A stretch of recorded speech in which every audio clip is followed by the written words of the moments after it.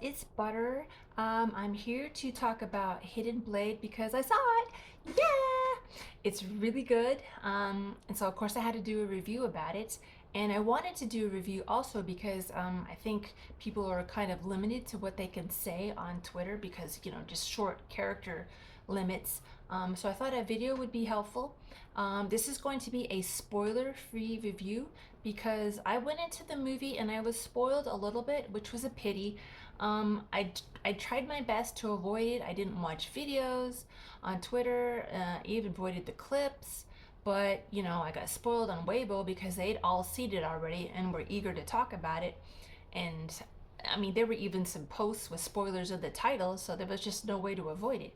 So it would have been better if I'd gone in without being spoiled, but it wasn't the end of the world and it was still great. And so I think even if you end up getting spoiled a little bit on certain scenes, don't worry about it. You're still going to enjoy the movie.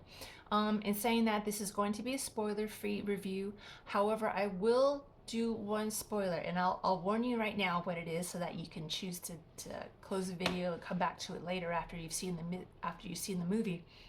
I'm going to talk with the assumption of whether or not you know whether Mr. Yi lives or dies.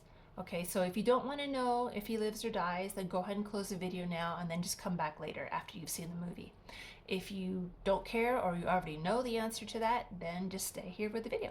Okay, so now I'll go on. So I'm going to start with the cons, and they're not really cons, I would say, but just maybe little minor criticisms that I have because I want this to be an honest review. So my little criticisms about the movie, and then I'll move on to what I liked about the movie, which is quite a lot. So stay tuned for that. Okay, so first the so-called bad. Okay, not really bad, but just some little things that I thought could have been a little different. Okay, so regarding people being confused over the beginning or the timeline of the movie in general, I get it.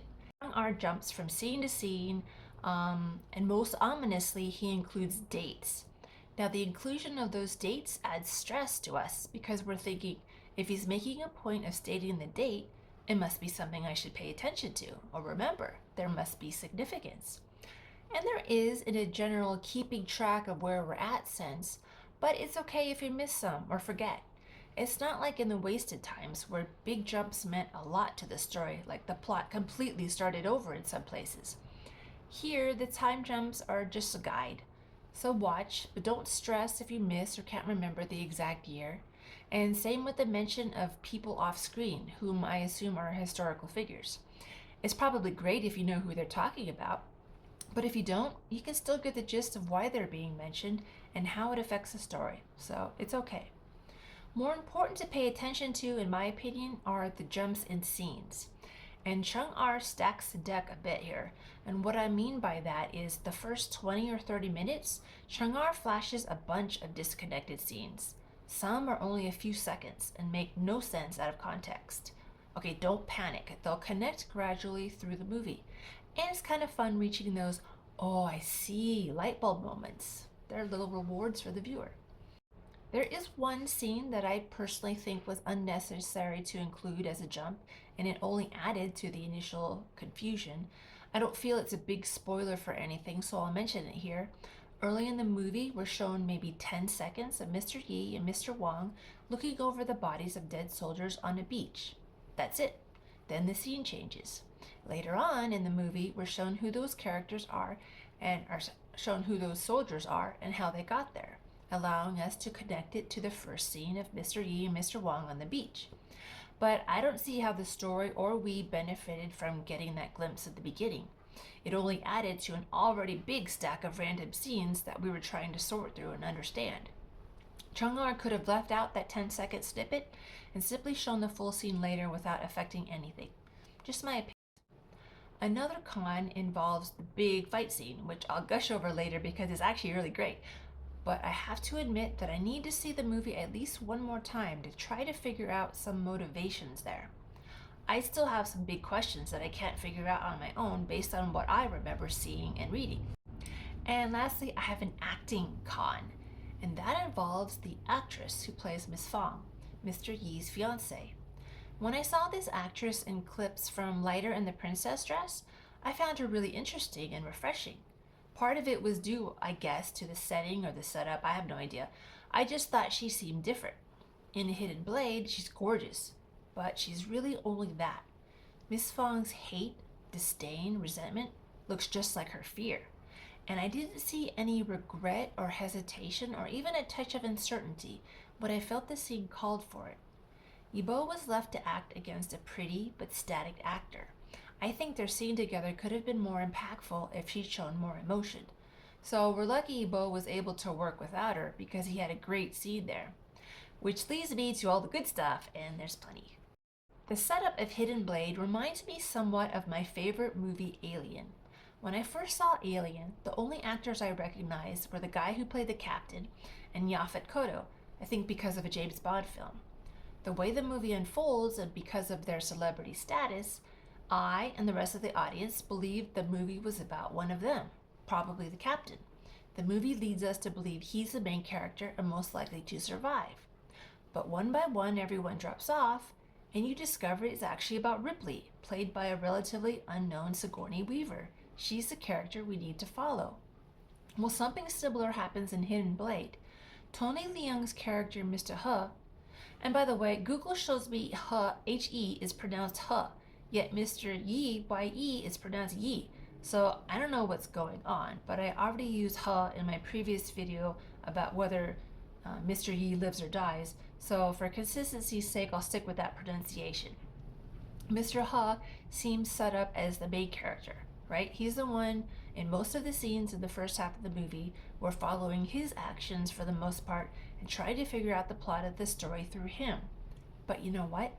I'll argue that this movie's protagonist is Mr. Yi.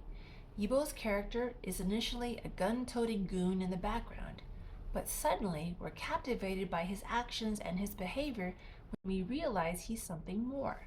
Yibo ends up carrying the movie at this point. Now, what does it mean to carry a movie?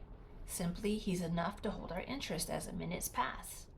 Okay, yes, Mr. Yi has some pretty drastic, eye-catching scenes, but if a lesser actor repeated those same scenes, I'm not sure we'd find him as compelling.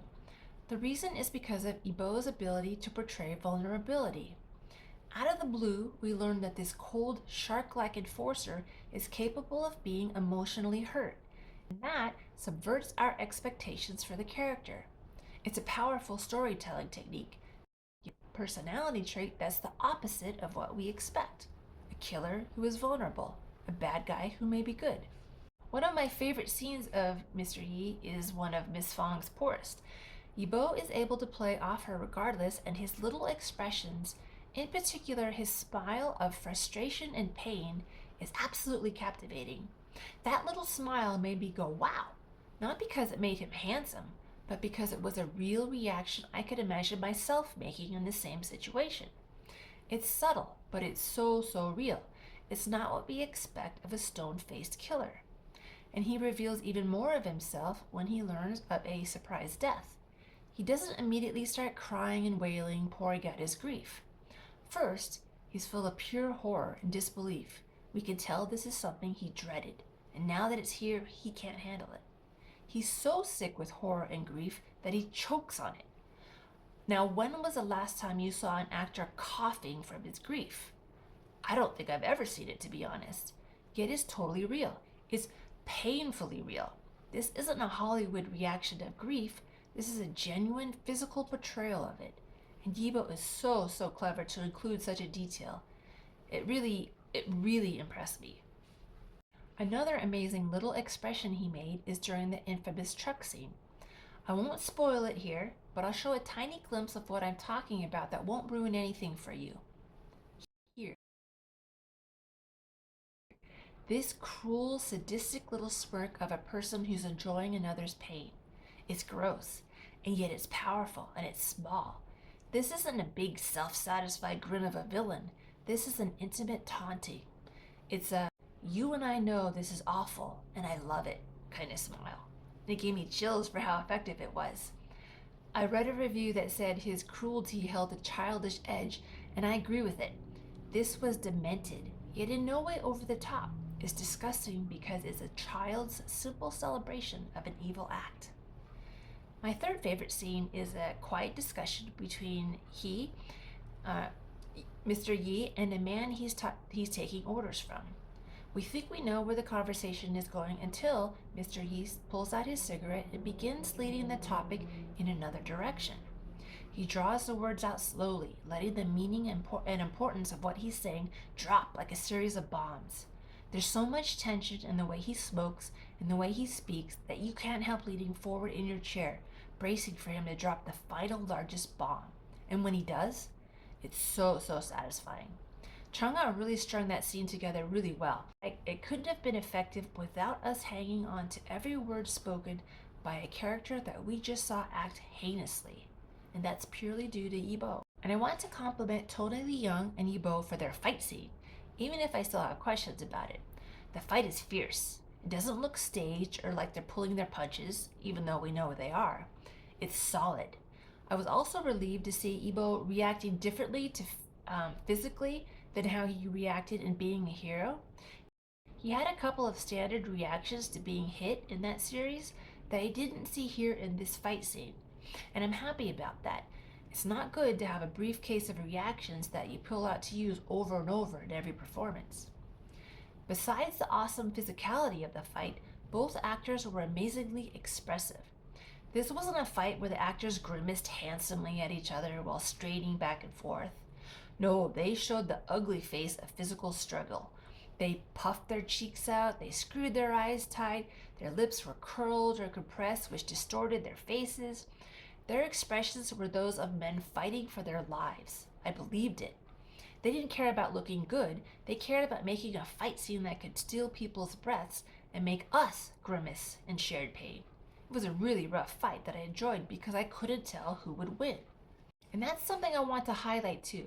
Throughout the movie, Chang'e relied upon his reputation for suddenly killing off his characters to keep us worried about who would die in this movie. I had no idea if both or either men would survive that fight scene. That's partly due to the time jumps.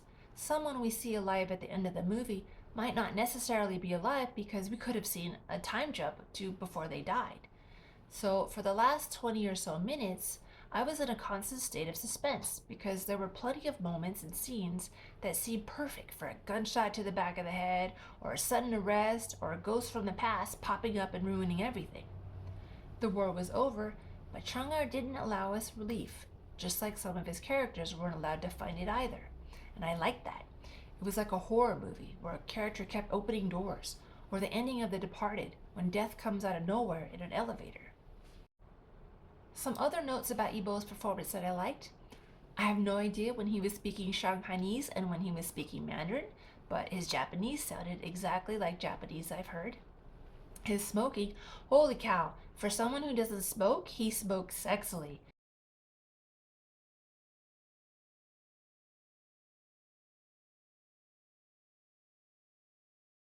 He's got the sexiest draw on the cigarette. His lips make you want to yank that cigarette away and taste the smoke from him directly. And the way he walks is like a stalking panther, so smooth and menacing. We don't even need to see a gun to know that he's a killer, simply from the walk that Yibo gave to Mr. Yi. No wonder everyone wants to see Yibo walk a runway. Okay, I talked a lot, but this movie deserves thorough reviews. It's not only beautiful, it's completely gripping. I kind of thought the claims by fans of needing to see the movie again and again were simply fan talk by people who wanted to see Yibo. And that's probably true to some degree, but the movie really does compel you to watch it for more details. So that's a big home run for Chang'e. Long story short, this movie is worth your effort to see it and see it again and again, and I hope you all get a chance to. I went with a group of Yibo fans to a private showing organized by the incredible mods of the Only for Wang Yibo USA MTJJ group, which I'll link in the description. We had such a fun time, and we'll be doing it again in August for Yibo's birthday. So follow them on Twitter or here on YouTube to keep informed of the details of that big event. It'll be awesome. If anyone wants to talk spoilers in the comments, I'm open for discussions, but just be aware of these spoilers. So if you want to leave a comment about the video and don't want to be spoiled, just leave your post and don't read anything. Just like a hit and run. I hope this was helpful, and I hope it motivates you to go see the movie because it's so good. Yibo is so good. He exceeded my expectations. Just wow. I mean, if this is his starting point, imagine where he's going to be in 5, 10 years. We picked a good one, guys. We lucked out. So thanks for watching and hope you subscribe. I'll see you later. Bye. Ring your hearts.